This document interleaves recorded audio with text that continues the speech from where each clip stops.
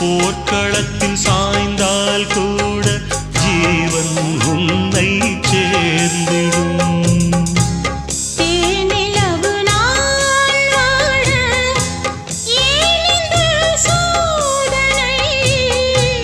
வான்நிலவை நீ கேளு கூறுமெல் வேதனை.